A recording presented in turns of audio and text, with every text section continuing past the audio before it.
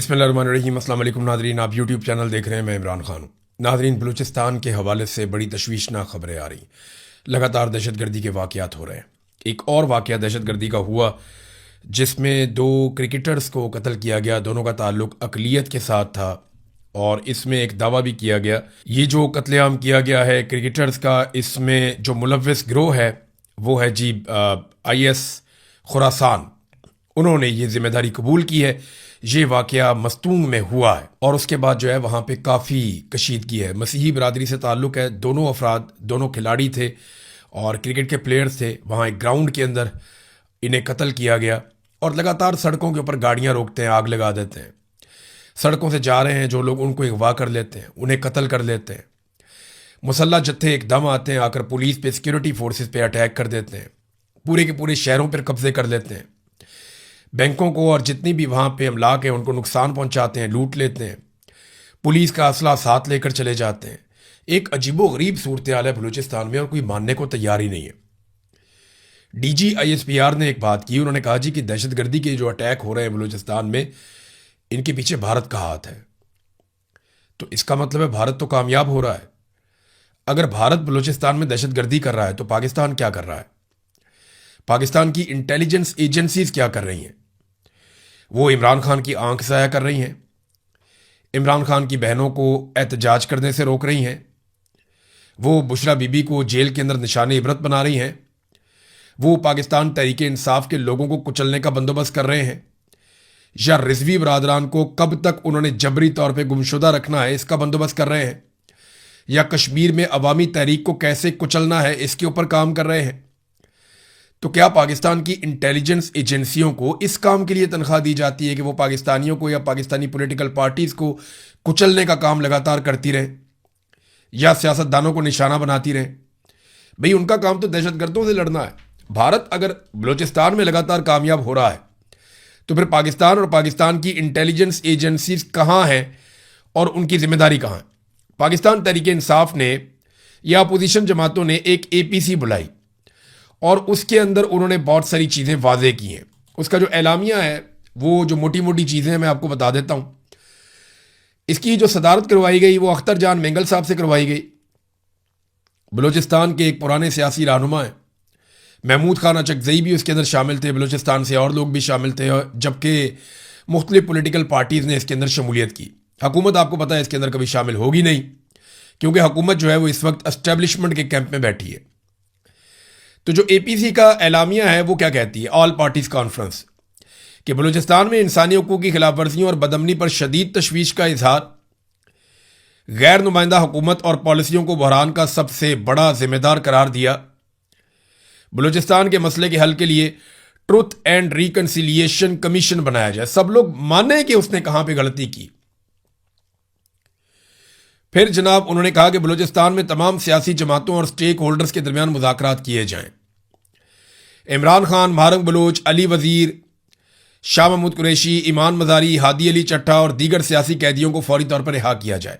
बलूचिस्तान समेत मुल्क भर में सियासी कारकुनों के खिलाफ मुकदमात खत्म किए जाएं। APC एलामिया में बलूचिस्तान में लापता अफराद की बाजियाबी और जबरी गुमशुदगियों के खात्मे का भी मुतालबा किया गया। बलोच अवाम की मुआशी जो उनका इस्तेहसाल किया जाता है उसके खात्मे और वसाइल पर उनका हक तस्लीम किया जाए कि वो बेचारे वहां के रहने वाले हैं, उनके वसाइल उनके हैं, तो पहले पैसा उन पे खर्च करें, बाद में आप अपनी जेब में डालें। फिर दहशतगर्दी के तमाम वाकयात की गैर जानिबदार कौमी कमीशन से तहकीकात कराई जाए। बलूचिस्तान में वफाकी और सूबाई सतह पर वसी सियासी डायलॉग भी शुरू करवाए जाएं। DRA और दीगर कवानीन का गलत इस्तेमाल रोकने का भी मुतालबा किया गया और यह भी कहा गया कि जो गैर नुमाइंदा हुकूमत है, फार्म 47 के ऊपर लाकर बुकटी को वहां बिठा दिया है और उसने अपनी एक बहुत बड़ी फोर्स बनाई हुई है सरकार के खर्च से, तो ये सारी चीज़ें करने के बाद ये जिम्मेदार है, इनको जिम्मेदार करार दिया गया और अख्तर मेंगल साहब ने इसकी सदारत की थी। तो ये जनाब लुबे लुबाब है। अख्तर मेंगल ने वहां पे बहुत सारे गिले शिकवे किए, बहुत सारी बातें की। महमूद अचकजई साहब की कुछ चीज़ें बड़ी इंपॉर्टेंट है, उन्होंने कुछ इंकशाफात किए। ये बात मैं आपको पहले बता चुका हूं, लेकिन उन्होंने तो बाकायदा घंटे भी बता दिए कि किस तरीके से बलूचिस्तान में पुलिस वाले लड़ते रहे और शहीद होते रहे और वो मदद मांगते रहे, लेकिन उनको मदद दी नहीं गई। 12 बजे ज़ियारत साने में इन लोगों ने अपने अफसरान को कहा कि हमारी गोलियां खत्म हो रही हैं, ये लोग ज्यादा हैं, खुदा के लिए हम तक मदद पहुंचाएं। सुबह 5 बजे तक वो मेहनत करते रहे, वो लड़ते रहे। 5 बजे के बाद उन्होंने अपने अजीजों को टेलीफोन किया कि हम बिल्कुल बेबस हो गए हैं, मेहरबानी करें, अगर वो नहीं आते, यानी सिक्योरिटी फोर्सेस वाले नहीं आते, तो आप मेहरबानी करें और कुछ इमदादी सामान हमें पहुंचाएं, कोई असला वगैरह आप लेकर आएं। DGISPR ने यह बात तस्लीम की है कि पुलिस के साथ अवाम मिलकर लड़ी है, लेकिन सिक्योरिटी फोर्सेस वहां पे नहीं पहुंची। बार बार बुलाया गया, फिर भी नहीं पहुंची। और यही बात इस वक्त जो है अपोजिशन लीडर कौमी असम्बली में महमूद खान अचकजई भी वही बात कर रहे हैं। वजीर आला साहब कोई शरीफ आदमी होता तो वह इस्तीफा दे देता या किसी को नौकरी से निकाल देता। तो बस इंसान है, मरते रहते हैं और आप बस पाकिस्तान जिंदाबाद कहते रहेंगे। पाकिस्तान इस तरह जिंदाबाद नहीं होगा, पाकिस्तान बहुत बड़ी बर्बादी की तरफ चला जाएगा। हम अपनी अफवाज और अपनी एजेंसियों से दरखास्त करते हैं कि जो आइन का हलफ आपने उठाया है उसका आप ख्याल रखें, जो हमने उठाया है उसका हम ख्याल रखेंगे। सिपाही से लेकर जर्नैल तक उनका यह हलफनामा है कि हम सियासत में हिस्सा नहीं लेंगे, अपने हलफ का ख्याल रखें, पाकिस्तान बच जाएगा। फिर इसी तरह असद कैसर साहब जो साबिक स्पीकर कौमी असम्बली थे, उन्होंने बताया कि हमने अख्तर जान के हवाले लगभग 400 ऐसे लोग किए थे जो जबरी तौर पर गुमशुदा थे। यानी जब इमरान खान साहब का दौरे हुकूमत आया तो उन्होंने आते ही बलूचिस्तान के मामलात को हल करने के लिए तेजी से इकदाम किए। 400 लापता अफराद को बाजियाब करवाया गया और अख्तर जान मेंगल साहब के हवाले किया गया। लेकिन उसके बाद इमरान खान साहब के खिलाफ साजिशें शुरू हो गई, फिर रजीम चेंज ऑपरेशन कर दिया गया और उसका नतीजा आज आप सबके सामने है कि वो बलूचिस्तान जिसको सही डगर पे लाया जा रहा था, आज उसके हालात आपके सामने हैं। अचकज़ई ने कहा कि आपने मारना है तो कितनों को आप मारेंगे, फिरौन से ज्यादा तो आप नहीं मार सकते। ये मुल्क हमारा है, आए अहद करें, हर इदारा अपने अहद के मुताबिक रहे। देखिए पाकिस्तान का हल भी यही है। फजलुर रहमान साहब बार बार ये बात कहते रहे। देखिए सबने बताया कि बलूचिस्तान में अमली तौर पे आपका इक्तदार या आपका कंट्रोल खत्म हो चुका है। कोयटा में एक आदमी को बिठा देने का मतलब ये नहीं है कि आप बलूचिस्तान पे हुकूमत कर रहे हैं, आप सिर्फ बलूचिस्तान के वसाइल पे हुकूमत कर रहे हैं। आप वहां से सिर्फ मादनियात निकाल रहे हैं और दिन के वक्त आप भारी सिक्योरिटी के अंदर ट्रैवल करते हैं। आपके मफादात बलूचिस्तान में, आपकी स्मगलिंग बलूचिस्तान से होती है, आपका मंशियात का कारोबार बलूचिस्तान में होता है। तो बलूचिस्तान से अंडे बच्चे तो आपको मिल रहे हैं, पैसा तो आपको बहुत मिल रहा है, लेकिन बलूचिस्तान आपके कंट्रोल में नहीं है। जब दिल करता है, जहां पर दिल करता है, दहशतगर्द आते हैं, आकर अटैक करते हैं और बेबसी होती है एजेंसियों की। अब यह दावा किया गया कि जो पुलिस एहलकार जिनकी लाशें भी वापस की गई हैं वो दहशतगर्दों ने अपनी शराइत पर वापस की हैं। यानी 18 एहलकारों को वो उठाकर ले गए, 9 को वो पहले शहीद कर गए, 42 टोटल उन्होंने शहीद कर दिए 72 घंटों के अंदर। और वो जो लाशें उन्होंने वापस की हैं वो भी उन्होंने शराइत रख के वापस की हैं कि ये शराइत हमारी मानो, हम आपको लाशें देते हैं, वरना लाशें भी नहीं देते। और अब लाशों पर यह सूरत हाल है कि बलूचिस्तान में शदीद गमो गुस्सा है। गमो गुस्सा किस पे है? पाकिस्तान की मिलिट्री एस्टेब्लिशमेंट पे और उनकी बनाई हुई सूबाई हुकूमत पे। और गुस्सा किन्हें है? जिनके लोग शहीद हो गए। मैं पुलिस वालों के लवाहिकीन की बात कर रहा हूं। वहां अस्पताल के अंदर फड्डा हो गया। देखे ना, इनकी कोशिश ये होती है कि यहां पे जितने शहीद हैं इनकी बॉडियां हम ले जाएं, ले जाके एक महफूज जगह पे रखें, फिर हम जनाब इस्लामाबाद से बुलाएं वजीर दाखिला को, वजीर आजम को, फील्ड मार्शल को, और वहां पर हम नमाज जनाजा करवाएं, सारी दुनिया को बताएं देखिए हम कितनी कुर्बानियां दे रहे हैं, और वहां पे खड़े हो नमाज जनाजा पढ़ाएं। और वो उस तरीके से देखते हैं चीज़ों को। लेकिन आम आदमी बहुत गुस्से में है कि यार तुम हमारे जनाजे पढ़ने आ जाते हो, हमारी मदद करने नहीं आते। जिस वक्त हम पे गोलियां चल रही थी, हम बार बार कह रहे थे, सोशल मीडिया पे कह रहे थे, इंतजामिया से रब्ता कर रहे थे, सिक्योरिटी फोर्सेज क्यों नहीं आई उस वक्त लड़ने के लिए? उनके पास जदीद असला था, वो आके तालिबान के ऊपर या जो भी वो ग्रुप था उसके ऊपर आके अटैक कर सकते थे, या जो जत्था आया हुआ था उसके ऊपर हमला कर सकते थे, लेकिन नहीं किया गया। वो वक्त जाया किया गया। ना सिर्फ पुलिस वालों को मरने के लिए छोड़ दिया गया, बल्कि बाद में जो यरगमाल बनाकर गए उनको उन्होंने शहीद कर दिया। और DGISPR कहते हैं जी हमने कामयाब ऑपरेशन किया। कामयाब ऑपरेशन का मतलब यह होता है कि आप अपने लोगों को छुड़ा कर ले आए, लेकिन आप जब छुड़ा कर नहीं लाए तो इसका क्या मतलब है? कि आपका ऑपरेशन कामयाब नहीं हुआ, बल्कि आपका ऑपरेशन नाकाम हो गया बदकिस्मती से। नाज़रीन, बलूचिस्तान के मामले पे मैं फिर वही बात कहूंगा कि जब तक पाकिस्तान की मिलिट्री एस्टेब्लिशमेंट डंडे से बलूचिस्तान को कंट्रोल करने की कोशिश करती रहेगी, यही सूरत हाल रहेगी। ये बहुत बड़ा सूबा है, यहां बहुत सारे वसाइल हैं, या तो आप सारे लोगों को मार तो नहीं सकते ना, आप सारे लोगों को कंट्रोल कर सकते हैं। यही पॉलिसी बलूचिस्तान में है, यही पॉलिसी कश्मीर के अंदर है। इस पॉलिसी को बदलें, अवाम के मुंतखब नुमाइंदों को आने दें, यानी जो अवाम जिन्हें मुंतखब कर दे उन्हें यह हक दे दिया जाए कि आप फैसले करें, हम आपके मुलाजिम हैं, आप हमें तनख्वाह देते हैं, आप जो हुक्म करेंगे उसके मुताबिक हम काम करेंगे। कोर कमांडर भी वैसे ही काम करे, सेक्टर कमांडर भी वैसे ही काम करे, रेंजर्स भी वैसे ही काम करे। एफसी बॉर्डर पे काम कर रही है, ठीक है, वो अपना काम करे, वो वफाकी वजीर दिफा जो है उसके अंडर में। तो जब इदारे अपनी डोमेन में चले जाएंगे, अपनी हुदूद के अंदर चले जाएंगे, तो आप देखिएगा चीज़ें ठीक होना शुरू हो जाएंगी। लेकिन बदकिस्मती से जब आप डंडे के साथ चीज़ें ठीक करते हैं, बंदूक के साथ चीज़ें ठीक करते हैं, तो सारी चीज़ें ठीक नहीं होती, बहुत सारे प्रॉब्लम्स आते हैं। अब नाज़रीन, पाकिस्तान तहरीक इंसाफ ने खैबर पख्तूनख्वा में अपनी गलती मान ली, लेकिन मुझे पीटीआई की तो मुझे समझ आ गई ना कि पीटीआई ने गलती की और वो बहुत सारी प्रिविलेजेस, बहुत सारी सहूलियात, बहुत सारी मुराद वो लेने के चक्कर में थे, जिनके इमरान खान भी खिलाफ हैं। लेकिन वो पकड़े गए, रोला पड़ गया, छुपा छुपा के काम कर रहे थे, पकड़े गए। लेकिन पीटीआई पीछे हट गई, ये तो बात समझ आती है। नून लीग की वजह समझ नहीं आई, यानी दिन के वक्त नून लीग वाले बैठे हुए हैं खैबर पख्तूनख्वा के वजीर इत्तलाआत के साथ और डिफेंड कर रहे हैं उस बिल को, अपने ट्वीट्स के अंदर, सोशल मीडिया के ऊपर, अपने बयानात के अंदर, अपने वीडियो बयानात के अंदर, वो सारे के सारे डिफेंड कर रहे हैं इस बिल को, नून लीग वाले। शाम को इख्तियार वली बैठता है टीवी के ऊपर और वो सारे कहते हैं जी नहीं ये गलत है। वो एक कहता है नून लीग वाला गलत है, दूसरा कहता है जी ठीक है, मैं उसकी हिमायत करता हूं। तो इनकी कोई पार्टी पॉलिसी नहीं है, इन्हें जहां मफाद मिलता है ना, ये बेचारे वहां से मफाद ले लेते हैं। और वैसे भी इन्होंने कौन सा इलेक्शन लड़के आना है, इनको फॉर्म 47 चाहिए। जिसके किसी फौजी के साथ, अच्छे जर्नैल के साथ ताल्लुकात होंगे, वो अपना फॉर्म 47 लेकर आ जाएगा। अब तो जर्नैलों के अपने रिश्तेदार भी इलेक्शन लड़ते हैं और उन्हें तो इलेक्शन जरूर जितवाया जाता है, पूरी बंदोबस्त करके जितवाया जाता है। तो नाजरीन, ये पाकिस्तान तहरीक इंसाफ ने अपनी गलती तस्लीम कर ली, लेकिन पीएमएलएन को अभी भी समझ नहीं आ रहा कि उन्होंने इधर जाना है या इधर जाना है। लेकिन अली अमीन गंडापुर साहब ने बड़े अजीब मौके पे अजीबोगरीब स्टेटमेंट दे दिया इसी चीज को लेकर। यानी जब ये चीज खत्म हो गई तो उनका स्टेटमेंट आया। बात तो उनकी जायज है गंडापुर की, पहले बात सुन ले उन्होंने कहा क्या। गंडापुर ने कहा कि ये व्हाट्सएप ग्रुप है पाकिस्तान तहरीक इंसाफ का, उसके अंदर गंडापुर ने एक ऑडियो पैगाम जारी किया कि जनाब जो तनख्वाहों में इजाफा मांगते हैं ना, उन मेंबरान के नाम पब्लिक किए जाएं। सूबे में ड्रोन हमले हो रहे हैं, वो तो गंडापुर साहब के दौर में भी हो रहे थे।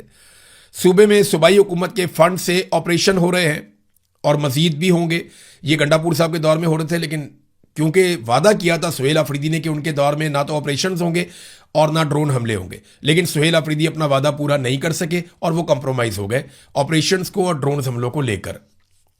तो मेंबरान असेंबली और वुज़रा खराब क्वालिटी की वजह से काम रुकवा रहे हैं और भर्ती होती है, तबादला होता है, इसी महकमे के लोग सबूत के साथ प्रेस कॉन्फ्रेंस कर देते हैं। बैड गवर्नेंस की लान तान भी हमारे ऊपर आ रही है। अब जिस जिसको चाहिए ज़्यादा तनख्वाहें ज़रा वो बता देना, उनके नाम सामने लाए जे। ये इस किस्म का उन्होंने मुतालबा किया कि बताएं कौन कौन चाहता है कि वो तनख्वाहों में उसको इजाफा मिले। अपने पार्टी और लीडर के नज़रिए की बलि नहीं चढ़ा सकता। ये जनाब अली अमीन गंडापुर साहब का एक स्टेटमेंट आया इस मौके पर, जब नज़रसानी करने का कह दिया सुहेल अफरीदी ने पहले ही। सुहेल अफरीदी ने टाइमली इसमें जो है ना वो बैकफुट पे चला गया, वरना सुहेल अफरीदी के लिए मुश्किलात बहुत बढ़ जाती हैं। लेकिन असल मुश्किलात सुहेल अफरीदी के लिए वही है। खैबर पख्तूनख्वा में ऑपरेशंस भी हो रहे हैं, ड्रोन हमले भी हो रहे हैं और सुहेल अफरीदी टस से मस नहीं हो रहे। इमरान खान ने कहा था कि स्ट्रीट मूवमेंट की तैयारी करो और टक्के की तैयारी इन्होंने स्ट्रीट मूवमेंट की भी नहीं की।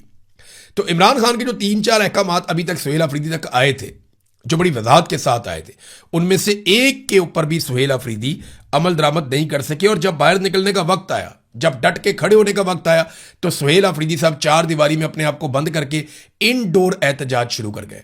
ये कितनी अफसोसनाक बात है कि पाकिस्तान तहरीक इंसाफ का वर्कर सड़कों पे खड़ा होकर आवाजें दे रहा था और सुहेल अफरीदी एक 4 दीवारी के अंदर बंद था और वो मोहसिन नकवी के फोन का इंतजार कर रहा था कि कुछ ना कुछ करके मोहसिन नकवी मुलाकात करवा देगा। वो अब तक नहीं हुई। ये नादरीन हालात हैं। तो नादरीन एक और चीज़ मैं आपको बताता हूँ। ये जो पंजाब के अंदर मरियम नवाज साहिबा और इनके लोग कहते हैं हम बहुत इंसाफ परवर हैं, बहुत इंसाफ कर रहे हैं। एक ऑस्ट्रेलिया की बच्ची थी हानिया, ऑस्ट्रेलिया से आई हुई थी। जब वो शहीद हो जाती है सीसीडी की गोलियां चलने से, 9 साल की बच्ची, तो फिर चट्ठा साहब भी वहां पहुंचते हैं, डीआईजी भी पहुंचता है, बाकी सारे भी पहुंचते हैं, पंजाब की सारी पुलिस लाइन हाजिर होती है, वहां पे जाके फूल रख के आती है। लेकिन इसके बावजूद उन लोगों के साथ कितना जुल्म किया जा रहा है, जरा ये आप पढ़ें, आप हैरान हो जाएंगे। ये बच्ची के वालिद ने अब दरखास्त दी है, पुलिस के खिलाफ दरखास्त दी है। यानी हमें तो ये बताया जा रहा था कि सीसीडी से गलती हो गई, बहुत बड़ा जुर्म हो गया, हमने बंदा पकड़ लिया, हम इंसाफ करके देंगे, लेकिन अंदर खाते ये क्या कर रहे हैं जरा ये देखें। वो बंदा ये बताता है कि जनाब मैं ऑस्ट्रेलिया का शहरी हूं, मैं, मेरी बेटी और मेरा बच्चा, हम लोग वहां पे मौजूद थे। तो उस वक्त जब हम जख्मी हो गए तो हमें पहुंचाया गया DHQ अस्पताल में। तो वहां पे अतीक नामी सिपाही आया और उसने इंतहाई बदतमीजी की। जब मकामी पुलिस थाना सिटी SI एहसन अब्दुल्ला वो भी वहां पहुंच गया, अतीक और एहसन अब्दुल्ला ने मेरे से सारा वाकया सुना। मैंने उसे बताया कि किस तरीके से हमारे ऊपर गोली चलाई और पुलिस वाले ने चलाई, जिसके बाद वो दोनों मेरे पे दबाव डालना शुरू हो गए कि सादे कागज के ऊपर दस्तखत करके मैं अंगूठा लगा दूं तो तब जो है वो डॉक्टर के पास जाने की इजाजत दी जाएगी। उन्हें गोलियां लगी, वो जख्मी है, उन्हें कह रहे हैं जी सादा कागज के ऊपर अंगूठा लगाओ और दस्तखत करो तो हम तुम्हें डॉक्टर के पास जाने देंगे। ये एक SI यानी सब इंस्पेक्टर और एक पुलिस वाला कर रहे थे। तो साहिल और साहिल का बेटा जिंदगी और मौत की कश्मकश में थे। कहते मैं और मेरा बेटा बहुत ज्यादा जिंदगी और मौत की कश्मकश में थे। मेरी बेटी जो है हानिया अहमद इंतकाल कर चुकी थी और मेरी बीवी जो है शदीद सदमे की वजह से बहुत परेशानी की हालत में थी। सादे कागज पर अंगूठा लगवाने के बाद हमारा तिब्बी मुआयना करवाया गया और बाद में डॉक्टर ने हमें बेनजीर भुट्टो अस्पताल रावलपिंडी में मुंतकिल कर दिया कि इनकी हालत सीरियस है। उनकी हालत सीरियस है, पुलिस कह रही जी इधर अंगूठा लगाओ, इधर दस्तखत करो, वरना हम आपको आपका इलाज भी नहीं करवाने देंगे। ऐसी घटिया पुलिस बना दी गई है पंजाब में CCD। क्योंकि ये इसके बाद वो बताते हैं जनाब फिर दूसरे दिन हम अपनी बेटी के जनाजे में गए और जनाजे के बाद तफ्तीशी अफसर मोहम्मद इरफान, ये भी एक सब इंस्पेक्टर है CCD का, कहते जी उससे मुलाकात हुई। इस दौरान मुझे कहते पता चल गया था कि मोहम्मद शुजात कांस्टेबल ने सीधी फायरिंग की है और उसकी वजह से ये वाकया पेश आया और इसके ऊपर एक FIR भी दर्ज कर दी गई है। अब वो ये कहते हैं कि FIR के अंदर 302 की बजाय 322 दर्ज की गई और यह साबित करने की कोशिश की गई कि यह गलती से कत्ल हो गया। ये जनाब सीधी गोली जानबूझकर नहीं चलाई गई। पूरी दुनिया में कहीं पुलिस वाला ऐसी हरकत करना सारी जिंदगी के लिए नौकरी भी गई और जेल में सड़ेगा, लेकिन पाकिस्तान में वो कहते जी गलती हो गई। वो कहते जी गलती नहीं हुई, उन्होंने जानबूझकर FIR के अंदर यह लिखा कि हमारी गाड़ी के पीछे से छुपकर मुल्जिमान फायरिंग कर रहे थे पुलिस वालों पे, जबकि यह बात बिल्कुल झूठ है। उन दोनों मुल्जिमान ने या दोनों जो डाकू थे उन्होंने कोई फायर नहीं किया पुलिस वालों के ऊपर। अब ये देखें आप, इन दोनों को भी कत्ल कर दिया गया कि जनाब इन्होंने पुलिस पे फायरिंग की है, तो अगले दिन पकड़ के इन दोनों को पार कर दिया। वो कहते हैं कि इन दोनों ने कोई फायर नहीं किया पुलिस के ऊपर, पुलिस ने अंधाधुंध, इनके जाके ही खुल गए। मरियम नवाज ने इतनी खुली छूट दे दी है चट्ठा को और चट्ठा ने अपनी पुलिस को कि अब वो मार रहे हैं अंधाधुंध लोगों को, उन्हें कोई समझ नहीं आ रही। और यहां पे देखें वो कह रहे हैं कि आप इनके खिलाफ कानूनी कार्रवाई करें, जिन लोगों ने हम पे दबाव डाला, गलत FIR दर्ज की और तहकीकात जो है उनको खराब कर रहे हैं। ये जानबूझकर गोली चलाई गई है, कोई क्रॉस फायरिंग नहीं हुई, एक तरफा गोली चली और वो पुलिस वाले ने चलाई है। तो ये कोई गलती से कत्ल नहीं हुआ, ये जानबूझकर कत्ल किया गया है। तो एक ही केस था जिसे वो कहते थे हम टेस्ट केस बनाएंगे और उसी केस में आप देख लें इनकी हालत क्या हुई। यही हालत इनकी रजा डार वाले केस के अंदर भी हो रही है। रजा डार के बारे में मैं आपको इतना बता दूं, एक जर्नलिस्ट हैं लाहौर से, उन्होंने भी बताया कि इमरान साहब मैं तो ये खबर नहीं दे सकता, लेकिन आप इतना ज़रूर बता दें कि रजा डार पूरी मौज में है। मैंने कही क्या मतलब? उसने कहा जी ना उसको हवालात की गर्मी का मसला है, ना उसे किसी मच्छर का मसला है, ना उसे किसी और परेशानी का सामना है। वो बड़े सुकून के साथ अपने ये दिन गुजार रहा है, किसी किस्म की इंटेरोगेशन नहीं हो रही। आम मुजरिम पकड़ा जाए तो उसके साथ क्या कुछ किया जाता है आप इसका अंदाज़ा कर सकते हैं, लेकिन रजा डार के साथ बहुत VVIP किस्म का सलूक किया जा रहा है। बकौल मेरा एक सोर्स है, एक सीनियर जर्नलिस्ट है लाहौर में, उसने मुझे ये बताया। उसने कहा जी मैं लाहौर में ये करूंगा, मेरे ऊपर उन्होंने फिर किसी और बहाने करके कोई पीका लगा देना मुझ पर भी। नादरीन, इमरान खान साहब ने मियाँ वाली में एक अस्पताल बनाया था। ये बड़ा ज़बरदस्त अस्पताल था और ये ख़वातीन के लिए अस्पताल ख़ास तौर पे बनाया गया था, मदर एंड चाइल्ड अस्पताल मियाँ वाली। इस पे 3 अरब रुपए लगाए थे। इसके अंदर सारी सहूलियात मौजूद हैं, लेकिन सब कुछ ही ख़त्म कर दिया गया। इमरान खान के नाम की तख्ती को उखाड़ कर वहाँ एक स्टोर है उसके अंदर फेंक दिया गया। तो ये अवाम की मलकियत था, किसी सियासी शख्सियत की मलकियत नहीं था। कोई इमरान खान ने अपने नाम के ऊपर नहीं बनाया हुआ था। वो मियाँ वाली का मदर एंड चाइल्ड हॉस्पिटल था, उसके साथ क्या ताल्लुक है इमरान खान का? वो तो बतौर जब उसकी हुकूमत थी तो उसने उस फंड के साथ बना दिया।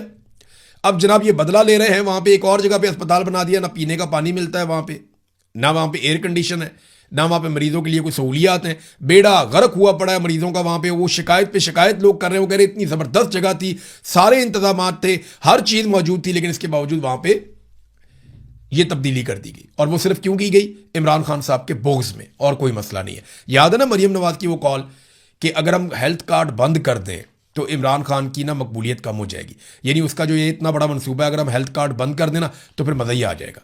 अंदाज़ा करें ये कैसे घटिया लोग हैं कि आम आदमी को मिलने वाली सहूलत इन्होंने सिर्फ इसलिए बंद करवाई कि वो इमरान खान का प्रोजेक्ट था।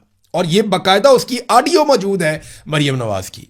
नाजरीन, आखिर में एक खबर है, और ये सूरत हाल खौफनाक होती जा रही है। अमेरिका ने बड़े शदीद हमले किए हैं जनूबी ईरान पे। 6 मुख्तलिफ इलाके हैं जनूबी ईरान के जिनके ऊपर अटैक किया गया। अमरीकी इल्ज़ाम यह है कि आबना हुरमुज़ से कुछ जहाज़ गुजर रहे थे, उनमें से 3 के ऊपर ईरान ने अटैक किया, और जवाबी हमले में अमेरिका ने बहुत शदीद हमले किए हैं जनूबी ईरान के ऊपर। जबकि ईरान का यह कहना है कि अमेरिका ने MOU की खिलाफ वर्जी की है। असल मामला क्या है ज़रा थोड़ा आप समझ लें। आयतुल्लाह अली खामनाई की शहादत का और उनकी तदफीन का वो सारा मामला शहादत के बाद वो जारी है, और आजकल वही दिन चल रहे हैं। आज के दिन में जो है उनकी तदफीन मुकम्मल हो जाएगी।